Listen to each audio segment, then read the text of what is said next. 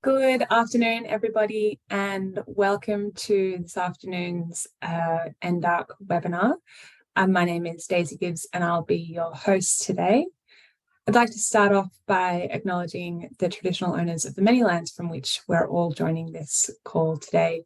In my case, this is the Wurundjeri people of the Kulin Nation. I'd like to acknowledge that sovereignty was never ceded nor extinguished. I pay my respects to elders past and present and any Aboriginal people who might be joining us today. Today, we're very lucky to have Dr. Nicholas Taylor from the National Drug Research Institute presenting, and he'll be speaking on the minimum unit price of alcohol in the Northern Territory. Today's presentation will be discussing the difficulties encountered when researching the minimum unit price in the Northern Territory, its impacts on alcohol consumption, harms, and what we don't know. Nick has worked in the field of alcohol policy research since 2015. Much of his research is focused on evaluating the impacts of policies and interventions in nightlife settings on alcohol-related violence. He's also investigated how pricing policies have influenced alcohol consumption in the Northern Territory and how drinking trends are changing amongst adolescents. His work involves using epidemiological data to map the impact of interventions on alcohol consumption, violence, and other alcohol-related harms. After Nick's presentation, we're very lucky to have two panelists joining us today, Dr. Cassandra Wright and Dr. Mark Robinson. Mark is a Senior Research Fellow in the Institute for Social Science Research and Honorary Senior Research Fellow at the University of Glasgow. Mark is a public health and evaluation specialist and has led the development of evaluation frameworks across a range of topics, and most notably for this webinar, he led and contributed to numerous studies as part of the evaluation of the Scottish Government's National Alcohol Strategy, including an evaluation of the impact of minimum unit pricing on alcohol consumption and related harms. Cass is a public health researcher with qualifications in health promotion, public health and epidemiology. She holds an NHMRC Early Career Fellowship focused on understanding and addressing risky alcohol consumption. Her work at Menzies is specifically focused on priority populations, including Aboriginal and Torres Strait Islander people. She's a research fellow on the LEARNT study, which examines the impact of the banned drinker register, minimum unit pricing, and other policy interventions in the Northern Territory. So I'll hand over to Nick in a sec. Please load up the Q&A function with your questions throughout the webinar. I'll do my best to get to these at the end. I may not be able to do so because I'm sure it's going to be a very popular and interesting webinar with lots of questions coming up, but keep them coming. And without any further ado, I'll hand over to Nick if you want to turn on your mic and camera. Thank you very much, Daisy. So today we're going to be talking about one of my favourite topics, the minimum unit price of alcohol in the Northern Territory. I'd like to start off this presentation by acknowledging the traditional custodians of the land and pay my respect to their elders past and present. I'd also like to acknowledge that their sovereignty has never been ceded.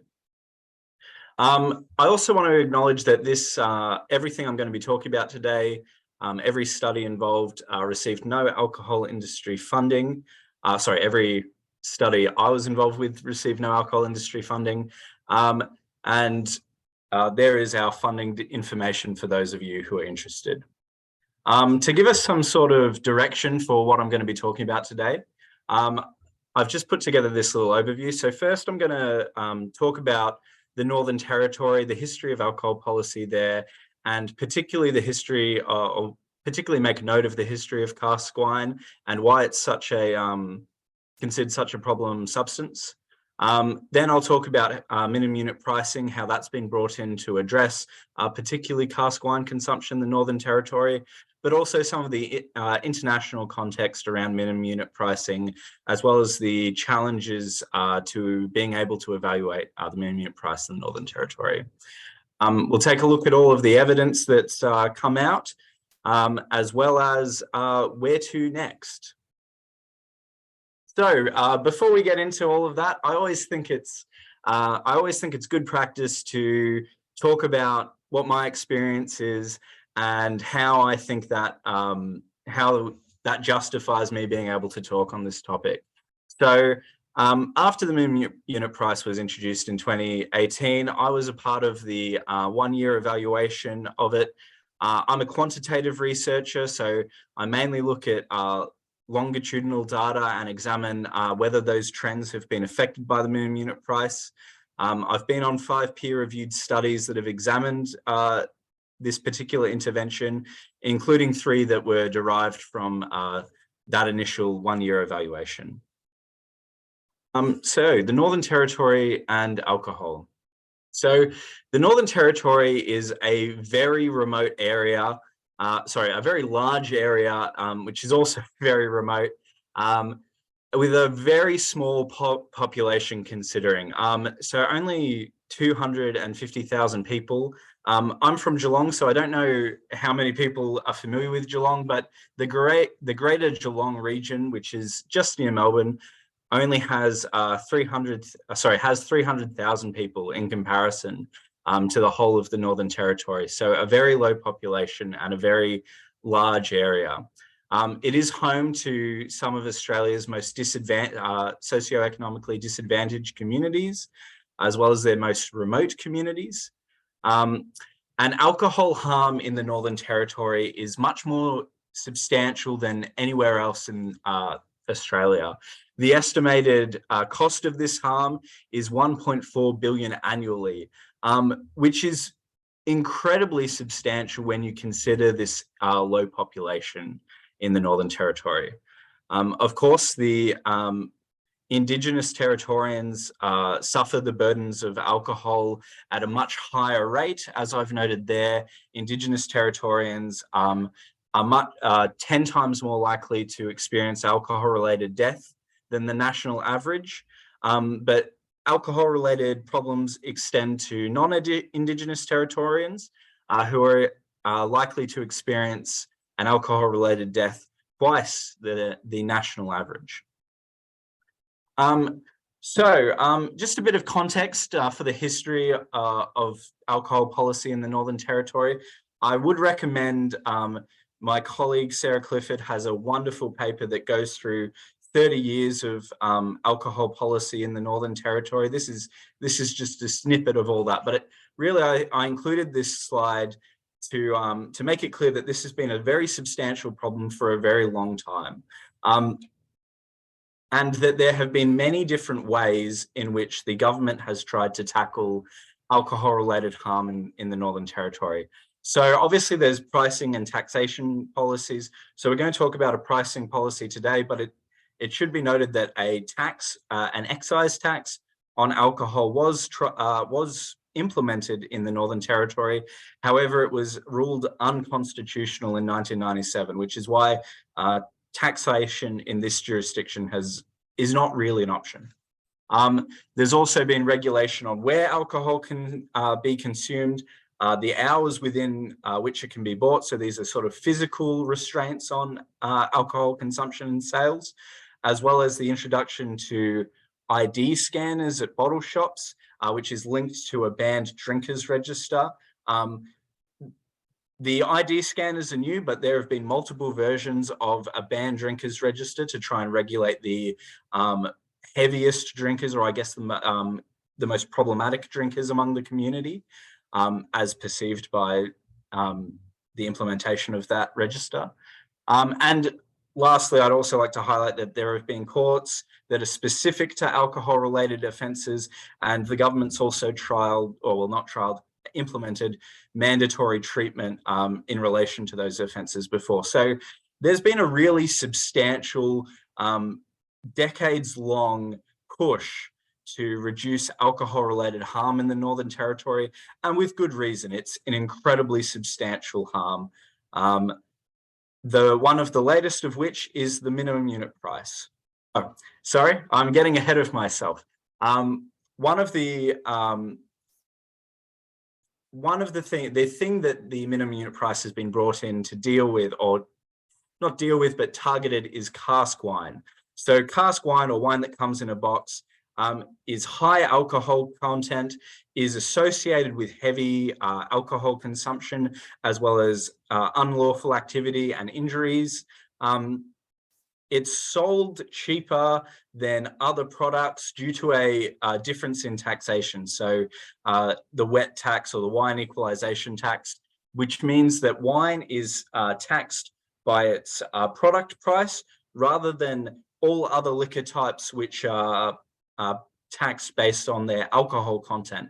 So this means that wine can be sold incredibly cheap. And as I've noted there, it's previously been sold cheaper than milk or bottled water at about 65 cents per standard drink in the Northern Territory. A lot of alcohol policies brought in the Territory have targeted cask wine. I make note there of in Alice Springs, the sale of cask wine had already been banned before the minimum unit price came in. So let's talk about minimum unit pricing. Now let's be very clear about what minimum unit price is. It's a set price below which alcohol cannot be sold. So a minimum unit price of $1.30, alcohol can be sold at $1.30 per standard drink and not below that. It's an offence to sell alcohol below that. This is an alternate to taxation. So the government doesn't reap the revenue, they don't get the revenue, I can't pronounce that word, they don't get the extra profits from selling alcohol at that higher price. That goes to the alcohol industry. It is taxed a little bit higher because it's being sold at a higher retail price, but that's different to the government getting all that extra money. So the important thing to note about it being an alternate to taxation is that it's an alternate for jurisdictions that can't implement taxation because it's against the Constitution to do so. So Australia is not the only place with minimum unit pricing or equivalents. So previously in Canada, where a lot of the early research comes from, there were provinces which the government-controlled liquor stores set the minimum price of alcohol each month. But for more recent examples and more relevant examples where a price per standard drink was set, we have Scotland, which set 50p per standard drink, which in Scotland is 8 grams of alcohol per standard drink. Much of the recent research examines this particular intervention, and hopefully we'll be talking a lot more about it in the discussion today. Also, Wales and Ireland have introduced their own minimum unit prices, both of which have occurred after the one we'll be discussing today. So, the Northern Territory's minimum unit price. It was brought in October 2018. I've made a point here to note that this was at no cost to the government.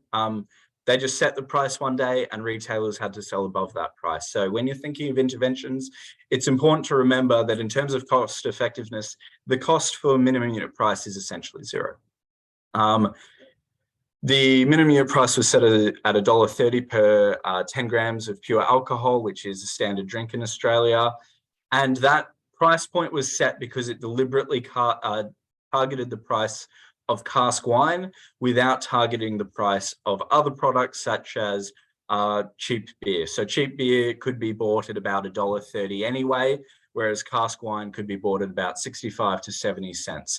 And as you can see, in that diagram to the side, I've shown what that reduction in price would have that raise in price would have looked at in terms of reducing the amount of alcohol consumed.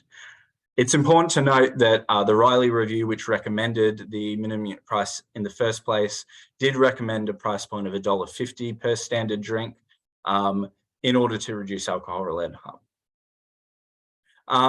Another important point about the minimum unit price as it exists in the Northern Territory is that it's set to rise with inflation in July of each year.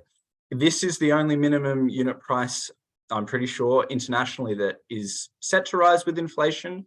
I've done a calculation, albeit without the latest inflation figures, that will suggest that it will rise to about $1.47, but really anywhere around that $1.50 mark, I wouldn't be surprised. An important point to know, so obviously raising the price with inflation makes sense in a cost-based measure. It means that the relative price of alcohol, or the relative minimum price of alcohol, will remain the same. But a sort of tangential point that I think is good to think about is that in terms of consumer price indexing, different products are affected by inflation differently. And alcohol normally lags behind the rest of inflation, which means that while it becomes more expensive, other products become more expensive faster. So in a way, raising alcohol in line with inflation will mean that the relative price of alcohol stays in line with other products as well. So it's maintaining the minimum unit price, but it's also countering this other effect that just happens to occur in the real world. So let's talk about some challenges and other interventions that exist in the Northern Territory, which complicate evaluating the effectiveness of the minimum unit price. On the same day as the minimum unit price came in, police in bottle shops were brought into Alice Springs. These are known as Police Auxiliary Liquor Inspectors, otherwise known as PALIs. They exist in most areas of the Northern Territory outside of Darwin and Palmerston, and their close proximity to the minimum unit prices created quite the problem when trying to determine the unique impact of either intervention. The Banned Drinkers Register was also brought in a year before the minimum unit price, which in terms of alcohol policy and looking at long-term data is quite close. And so that in turn has created its own complications when evaluating the policy. It's important to note that PALIs don't exist in Darwin and Palmerston, which is why a lot of analysis and a lot of the analysis I'm going to be talking about today has been done in that region. However, there are other issues in Darwin and Palmerston that make the evaluation quite complicated. Palmerston Hospital was opened with a new emergency department in August 2018, which is very close to the introduction of the minimum unit price and sort of an unknown factor when looking at health data, exactly how that affects emergency department attendance rates. Also in Darwin, there's a Sobering Up shelter, which expanded its services in January of 2018 and became 24 hours in November 2018. So some really substantial changes to another alcohol-related intervention right next to when the minimum unit price came in. So some other challenges as well. Obviously, COVID happened, which, it affects alcohol consumption in its own unique way. But in terms of a pricing policy coming in, the introduction of JobKeeper and JobSeeker meant that there was a lot more money in the Northern Territory that could potentially be spent on alcohol, which sort of it lessened the importance of a $1.30 price point or a minimum unit price. I've noted there that there's royalties from mining and gas companies. Occasionally these come in and there's more money in the community, so it's an unknown factor. In the UK, there's a lot of market research data. So this is data looking at how much people spend and consume alcohol, how much individuals do that, that's available for purchase and has been used a lot in the Scottish evaluation. That data just doesn't exist for purchase or isn't available to researchers in Australia, which makes this sort of looking at how individuals were affected by the minimum unit price quite difficult. And then there's always the alcohol industry, which I believe is ideologically opposed to minimum unit pricing, and we'll get into that a bit later. But they have attempted to undermine the policy and the evaluation of the policy several times. So let's talk about the evidence for the impact of the minimum unit price from the 1-year evaluation. So this evaluation evaluated the first year of the minimum unit price being active. It did so with a wide amount of data sets essentially. So there's a lot of administrative data, which is sort of that longitudinal data routinely collected by health services, police, treatment centres. We also did a population telephone survey. We interviewed key stakeholders in the area, monitored the price of alcohol using price scraping of large retailer websites. And we attempted to monitor the sale of substitution commodities. So what I mean by that is products that contain alcohol that aren't liquor. So it's maybe something like mouthwash or something like that. We attempted to monitor those sales. However, when we contacted retailers, they either refused to give us data on that or didn't respond to us. So that didn't end up being a big part of our evaluation. The stuff I'm mainly going to be talking about today, as with my expertise as a quantitative researcher, is the administrative data. So I'll start walking us through some of the significant results from that. So one of the most important things that we looked at was the wholesale alcohol data. So how much alcohol is being sold into the Northern Territory, and therefore how much is being consumed. We examined total liquor. We examined every different kind of liquor that we could, as well as total liquor and cask wine. We found that there wasn't really any evidence that once the minimum unit price came in, that people were moving from cask wine to any other kind of liquor. We also didn't find a big impact on total liquor consumption within Darwin and Palmerston, which is our main area we're looking at because of those other interventions across the state, particularly Pallies. However, we did see that cask wine consumption halved immediately after the minimum unit price was introduced. I will note here that we did find an upward gradual trend in spirits after the minimum unit price came in. However, this appears to have started prior to the minimum unit price, and I would argue that it's actually part of an Australia-wide trend where spirits consumption seems to be on an upward trend around Australia. However, because it came in before the minimum unit price, there's no indication that people were switching from cask wine to spirits, but rather that this is its own unique trend. We also looked at alcohol-related assaults. I will note that usually we don't, when I do my nightlife research, for example, we tend to look at assaults that cause bodily harm rather than anything that requires extra attention where a mistake might be made. So alcohol-related assaults requires the police officer to know that alcohol was involved, and therefore there's some room for error. Unfortunately, this is the only data we had available to us. And in terms of assaults looked at in the Northern Territory, alcohol-related assaults has been the only examination done thus far. However, even with that limitation being noted, we did find that there was a significant and sudden drop in assaults in Darwin and Palmerston of about 14%. And sorry, I should have noted it earlier, but all the administrative data, except where otherwise noted, I will be talking about Darwin and Palmerston because that's the area that we can most attribute to changes to the minimum unit price rather than to something like Pallies. Protective custody trends. What we found was that there was a gradual decline after the minimum unit price, so no immediate effect, but protective custody seemed to trend downward in Darwin and Palmerston after the minimum unit price. Emergency departments is an interesting one. So there was no overall change attributable to the MUP in all alcohol-related emergency department attendances.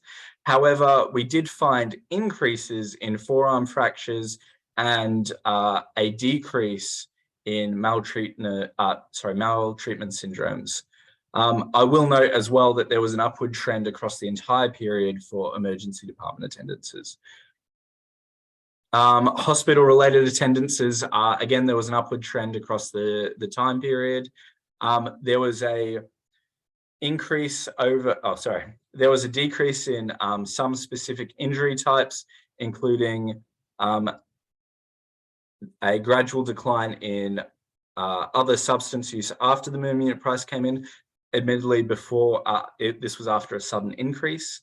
There was a sudden decrease in skull and facial bone fractures, and a gradual decrease in assaults. Again, we did see an increase in forearm fractures as well, similar to that emergency department data.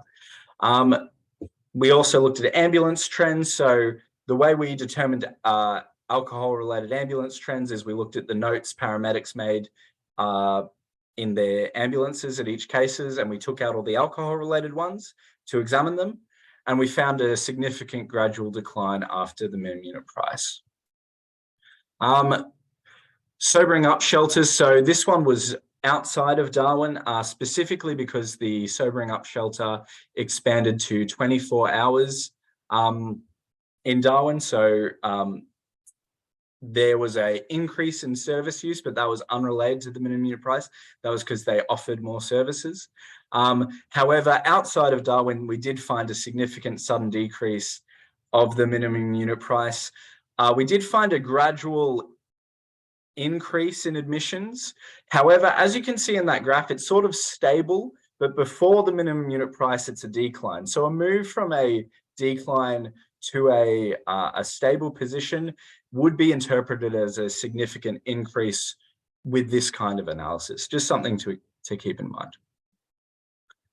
Traffic crash trends. So there weren't enough crashes in Darwin and Palmerston for us to have for us to be able to perform the statistical analysis. However, we did find a significant sudden decrease in road traffic crashes across the Northern Territory after the minimum unit price came in. A note on child protection trends. There's 3 graphs here. I will note that there was a sudden decrease in the number of child protection investigations finalized. However, I've been told that that might not be the most reliable, or that might be more based on workload than attributable to the minimum unit price. So instead, let's focus on the number of care and protection orders, as well as out-of-home care trends. And as noted, there was a significant gradual decrease in both of these after the minimum unit price came in. So some other early evidence from other papers that came out. Wastewater data was analysed, and it was found that after the minimum unit price came in, there was a substantial drop in the amount of alcohol in wastewater. However, over time, this did increase back to pre-minimum unit price levels. However, I will note that that increase back to normal in wastewater data isn't replicated in the wholesale data. And compared to other areas in Australia, due to the low population in the Northern Territory, they take less wastewater samples. And so the wastewater samples in the Northern Territory are more prone to error. There's more variation or more noise in those predictions than in other states. 2 papers examined intensive care unit admissions.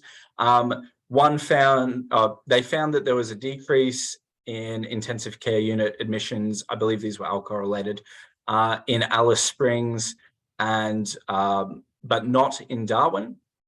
That being said, it's hard to attribute the MUP to changes in Alice Springs due to the previous ban on cask wine, as well as the introduction of Pallies on the same day. Another note is that this particular study looked at the Royal Darwin Hospital. However, the Palmerston Hospital, with its own emergency department, was introduced in August 2018, which may have influenced these results. Further, the Darwin Sobering Up Shelter was expanded around this time. So all of these things could have possibly affected the results that were found in Darwin in relation to ICU admissions. Another emergency department paper looking at police escorted, substance affected individuals in emergency departments, in particular police escorted emergency department attendances. These significantly declined in response to the minimum unit price. I will note, as this was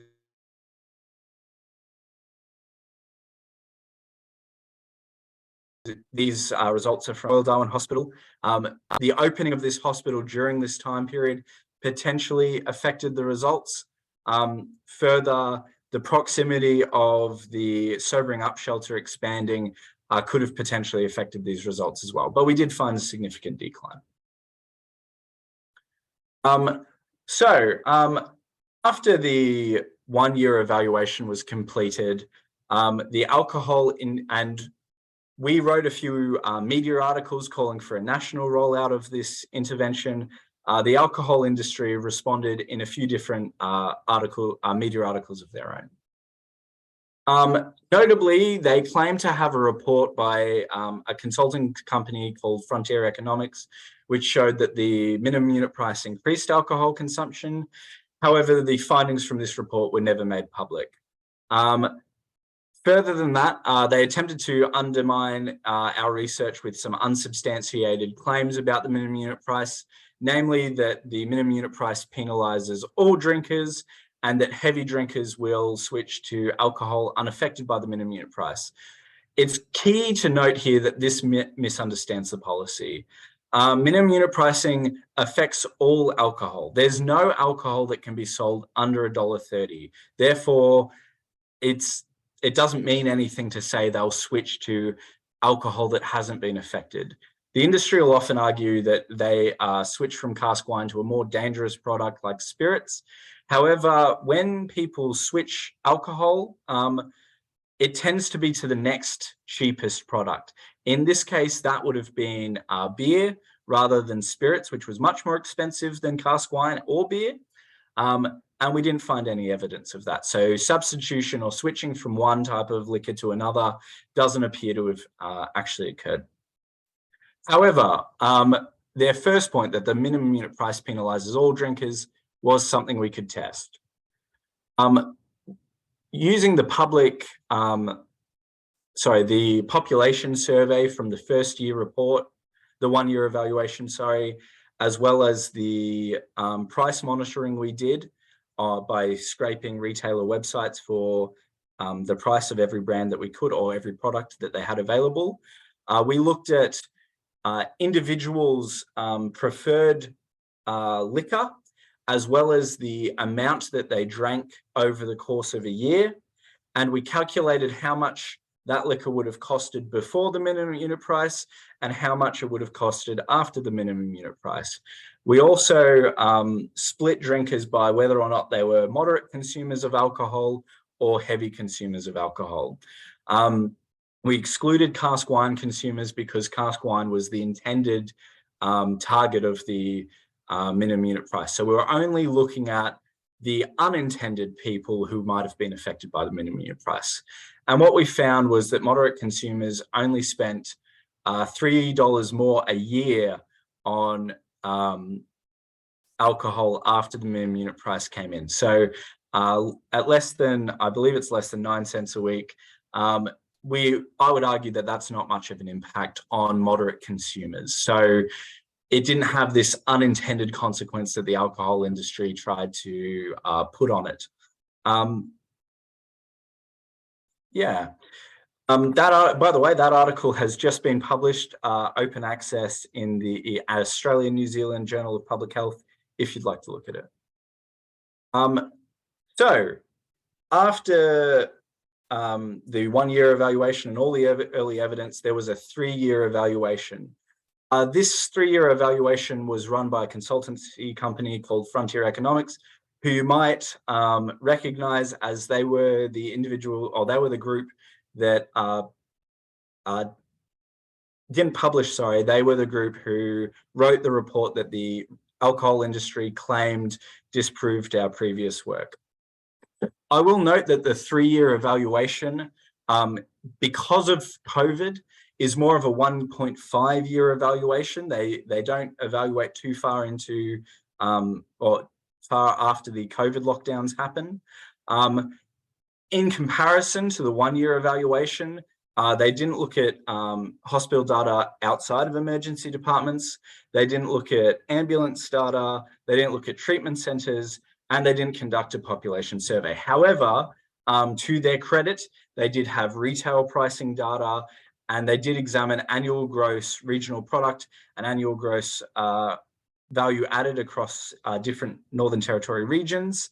And they also examined unemployment, which the first year evaluation didn't do any of those things. So what did they find? Largely, their administrative data supported the one-year evaluation. They found a reduction in cask wine consumption as well as some harms like assault. They found that there was no negative financial impact for the liquor industry or tourism. There was no substitution to substances other than liquor, no change in employment. There was a slight price shift between $1.30 between products between $1.30 and $1.50. They attributed this to the minimum unit price. However, I would argue that this was a choice made by the alcohol industry. So just a quick note, that shift on products between $1.30 and $1.50, Frontier Economics says is evidence that moderate drinkers were affected by the minimum unit price. However, they don't ask any moderate drinkers what price beverages they typically consume. So they didn't actually collect evidence on whether or not moderate drinkers were impacted by the policy. And even if that was true, they didn't show how much. At most, that would have been a difference of 20 cents per standard drink if you were to follow their logic. That being said, I will note that Frontier Economics, throughout their report, tend to focus and target individuals for their problematic drinking, rather than being critical of the suppliers of alcohol, the retailers of alcohol, for allowing that level of alcohol consumption to occur in the Northern Territory.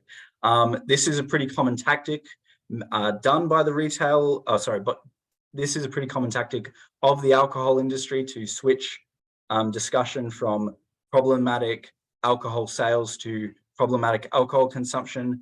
And I will note that that kind of language of targeting individuals appears a lot in the Frontier Economics report. So where to next? There's still a lot of research that needs to be done in the Northern Territory. There's still many harms that we don't know how the minimum unit price either reduces or affects them at all. So notably, I know I'm starting at the bottom of my dot point list here, a lot of the strong evidence from the Scotland intervention, the Scotland minimum unit price, shows that long-term harms were substantially reduced by the introduction of the minimum unit price, so death and liver cirrhosis. That's yet to be examined in the context of the minimum unit price in the Northern Territory. And hopefully over the next few years, some of that long-term trend data will make itself clear, particularly post-COVID. I will note there's some stuff here about making a true cost of alcohol variable. So the minimum unit price after it's introduced is stable, but that even though it'll be adjusted for inflation, there's still a period where inflation happens and we don't, there has yet to be any examination of how that sort of affects the effectiveness of the minimum unit price, what the true cost of alcohol is over time. We've only ever looked at the time before the minimum unit price compared to the time after the minimum unit price. We've never looked at the change in the real cost of alcohol over time. I hope that makes some level of sense. If not, please ask me about it later. We also need to examine what happened during COVID more, as well as examine how the minimum unit price potentially affected the purchasing of necessities, which is something that's been done in Scotland, but not really been replicated in Australia. To conclude, the minimum unit price has been successfully reduced cask wine consumption. It appears to have reduced a substantial amount of harm with no negative impact to the government, the alcohol industry, or to moderate drinkers or other unintended potential targets of, unintended drinkers essentially. However, more work needs to be done in order to fully understand the effects of this policy. Thank you very much for listening today. Let's get into some discussion. Thank you so much, Nick. Such an interesting and comprehensive body of work. I'll ask you to stop sharing your screen and ask Mark and Cass to turn on your cameras. So we're all faces here. Thank you so much, Nick. Again, yeah, very impressive and huge piece of multiple pieces of work. I will give Cass and Mark a quick 1 minute spotlight to just give us your immediate reflections on Nick's presentation that he's just given us now. I'll hand first over to Cass if you want to give us your thoughts on the presentation. Thanks very much, and thanks, Nick, so much. I guess my main reflection is that it's such a great summary of the complexity of the context that we're working in the Northern Territory when you're trying to look at the impact of kind of singular interventions. What we have here is huge waves of investment, and then it kind of goes quiet and dissipates and then becomes a crisis, you know, like a lot of you I'm sure have been hearing about in the Northern Territory this year. And so it does become a real challenge for evaluating. And also there's a whole range of other social policies that we're not even looking at when you're looking at alcohol policy reform that we have to try and account for, some of which you just can't. So I guess overall, I think it's a really interesting body of work, and I agree wholly with you know, some of what you've pointed to of what needs to come next. I think a huge issue we have is around obtaining funding for research to do that. And then the quality of the data is something I know across the LEARNT project is just a real challenge of, you know, sometimes you want to look at small regional areas because there are different measures that have been implemented in one place compared to another. But with some measures, you come down to really small counts. So it's a really challenging context to do high quality research. But I think overall your presentation showed us a little bit of, you know, how we can work best with the data that we do have available. But similar to you, you know, I would love to see more, you know, rigorous and available information around purchasing, as well as other variables, so that we can, I guess, drill down a little bit more into who's impacted, like what the intersections are with some other variables as well. Great, thanks, Cass. And Mark, do you want to give us your immediate thoughts? Sure, thanks, Daisy, and thanks, Nick, for such an engaging and informative presentation. I guess I'd like to say thanks to Nick for his leadership and contribution to this whole body of research, which I've been looking at since emigrating from Scotland to Australia a few years ago. So we've learned from you over in the UK. I did last night have a look at the 1 year report and the 3 year report, and I noted that the 1 year report had 285 pages, 118 tables and 239 charts. And the 3 year report wasn't quite as much as that, and I know you weren't involved, but it was similar. And I guess it just reflects the amount of work that's been done, Nick, by you and your team in trying to provide insights into the effectiveness or otherwise of this policy. And I think from my experience in Scotland, the policy is pretty much the same here in Australia in the Northern Territory, but the context is so different. And so Cass has kind of touched on it, but there's real messiness that underpins evaluations of natural experiments like this. And Nick's maybe smiling, so I've just written a commentary with messiness in the title to describe some of the papers that have been published on the Scottish MUP on alcohol consumption, on which there have been 12 different studies already, all pretty much asking the same research question, but often because of mixed designs, different data and so on, are arriving at slightly different answers. And that's challenging for researchers, because it's useful for us to interpret and communicate clear conclusions from the work that we do. And sometimes the conclusions aren't as clear as we would like them. So Yeah, well done, Nick. I think your recent translation of the research that you do through other channels is very welcome, and that kind of evidence-based advocacy that we should be doing more of. So thanks and well done. Thanks both. And yeah, very, very well said. We've got a few questions coming in on the Q&A function, so please do keep them coming. I'm going to start off with one question that's a two-parter from an anonymous attendee that I will put to Nick first, but I think that Cass and Mark, you'll both have some comments on this as well, so I'd love to hear from everyone. So to start off with, Nick, why do you think that alcohol companies fight regulation in the NT, given how small the market is? And then specifically to Mark, but also to the group, did you notice pushback from industry in the same way and the media in Scotland when working on similar reform? So Nick, do you want to start off with your thoughts on the alcohol companies? Yeah, I think it comes into framing the conversation. So if a policy comes in that frames the conversation as the alcohol industry or alcohol retailers are fueling this problem by selling alcohol at incredibly cheap prices and profiting off of the sale to alcohol dependent and vulnerable communities, I think that's a bad look for them, and it has the potential to change the discussion nationwide. The alcohol industry would much rather have the discussion be about who they term problem individuals and personal responsibility, rather than reflecting on, or rather having people reflect on, whether or not the way we sell alcohol is responsible.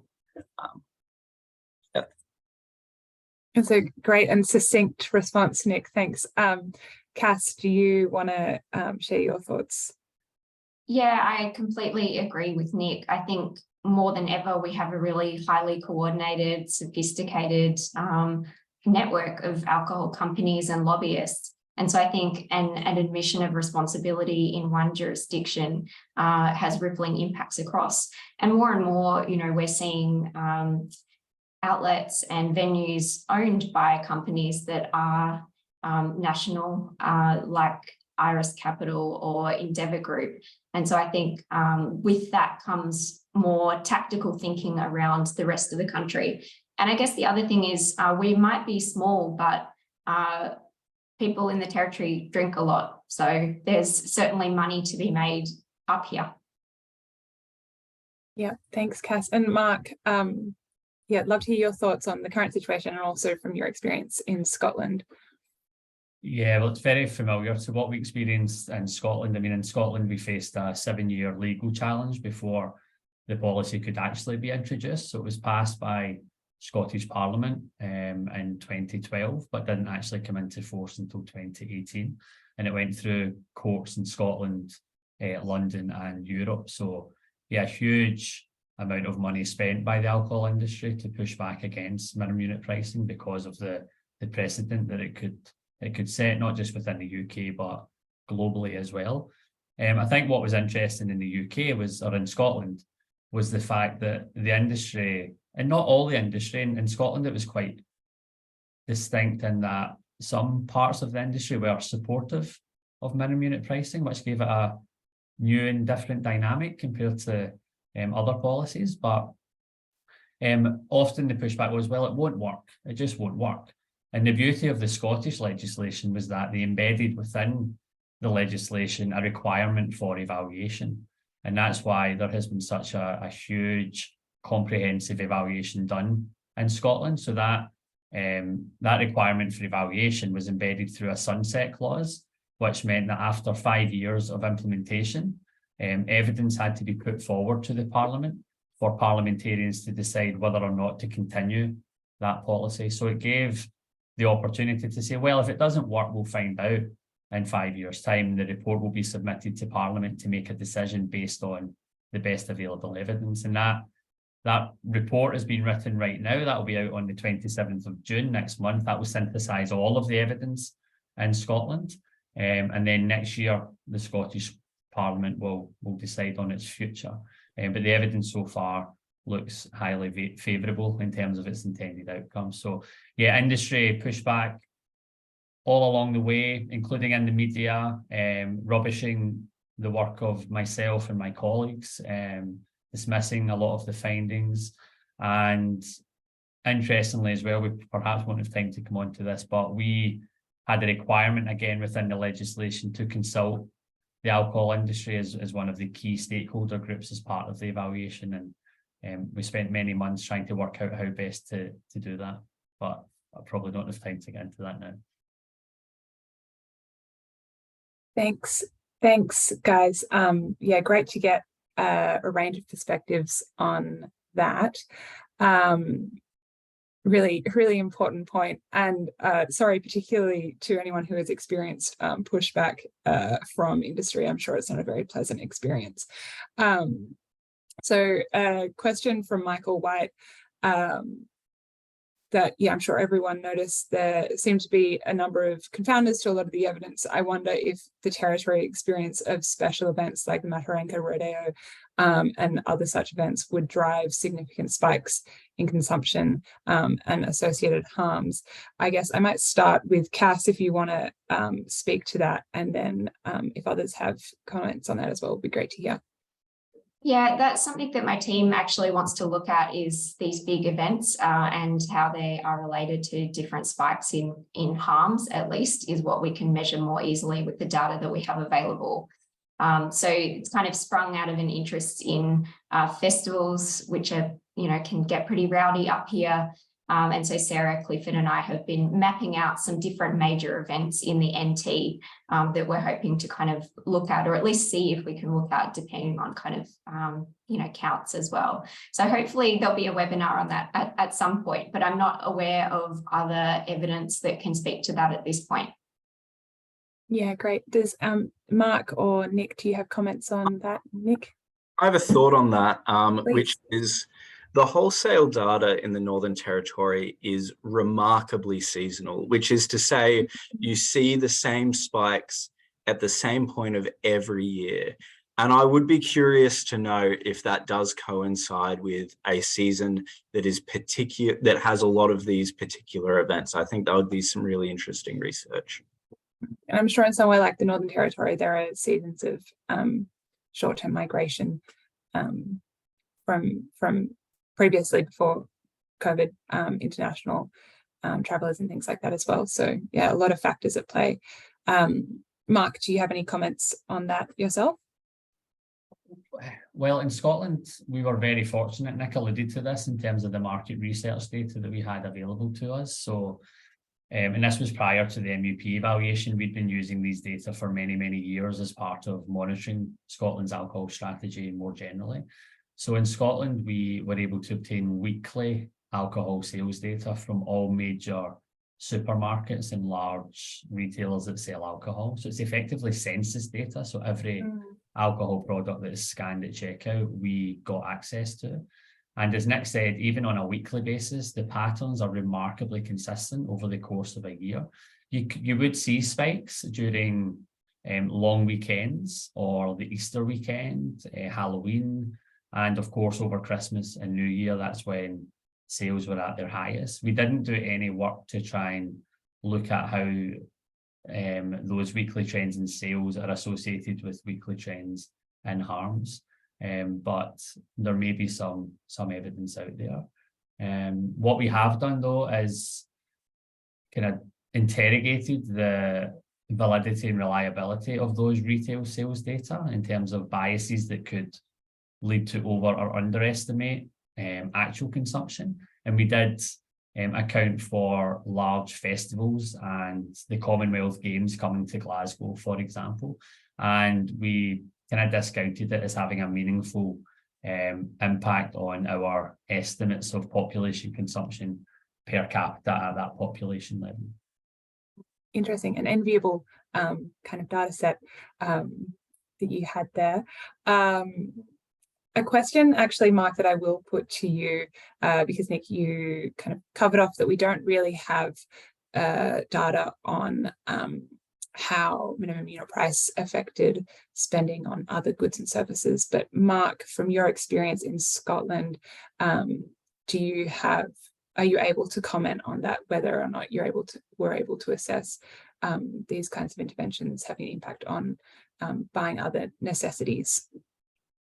Yeah, so this is one of the key unintended consequences that we were keen to look at as part of the evaluation in Scotland. And so a study that Public Health Scotland commissioned to the University of Sheffield sampled a group of people drinking at harmful levels. So those who were in touch with alcohol dependency services. And they did two things. They did a repeat kind of cross-sectional survey with those participants who are accessing treatment. And they also did some qualitative interviews. And there was some evidence that some of that sample had increased financial strain because of the increased cost of purchasing alcohol after minimum pricing. And in some cases, this prompted them to reduce spending on food and utility bills, to borrow more money from their family, to use food banks more, and so on. Most of that came from the qualitative evidence. However, John Holmes and his colleagues who led that study did note that most of those behaviours were occurring to some extent before minimum unit pricing was implemented. So it was, as they describe it, an intensification of existing behaviours rather than the introduction of new behaviours. Yeah, okay, it's great that you're able to share that experience from other contexts, given that I'm sure it's an area for hopeful future research, as Nick mentioned. We only have a couple of minutes left, and would just like to ask Nick, first of all, if you have any final thoughts in a 30-second wrap-up situation that you'd like to share with the audience. The thing I keep coming back to whenever I think about the minimum unit price is that it means that the price of alcohol, the strength of alcohol is reflected in the price. And to me, that seems like a common sense measure to me. It's how I think about MUP. And yeah, I guess that's my wrap up. That's my point. Yeah, great. Thank you. That's a great, concise, and very interesting point to leave us on. Mark, do you have a final 30-second before we lose you, thoughts you want to leave us with? No, I think looking at the evidence that Nick has shared and any future evidence in the NT alongside evidence from other countries, including Scotland, look out for that report at the end of June, I think will give us a good understanding of how MUP works in different contexts. Yeah, great. And Cass, your experience in the NT and your knowledge of the literature, do you have any final thoughts you want to leave us with? Yeah, I guess the NT is such a complicated and amazing, but very complicated place. And I guess my wrap up is actually about other jurisdictions that I'd really love to see this implemented in jurisdictions like South Australia, Western Australia, so that we can test how it works in different regions, essentially. So hopefully there's more of that to come. Yeah, definitely. Thank you all so much. I'm going to wrap up the Q&A for Nick's presentation now, but another final thank you to Nick, and thank you so much, Cass and Mark, for joining us today. It's just added such depth to this conversation. We'll turn on the teaser slide for our upcoming webinars. So in 2 weeks' time, we'll be hearing from Dr. Amelia Woods on extended release pharmacotherapies for substance use disorders in incarcerated populations, and that'll be drawing from her systematic review. The following week, Anders Lovnes will be speaking on predictive models in substance use prevention and care, talking about the pitfalls and opportunities. And at the end of June, on the 29th, Kriana Barrett will be speaking on agreement between self-reported illicit drug use and biological samples. That is a huge systematic review and meta-analysis. And then finally plugging, at the end of October, 2023 NDARC Annual Research Symposium, please make sure to look into that, register and come along. And thanks once again to Mark, Cass and to Nick for such a wonderful presentation. I hope you all have a wonderful afternoon.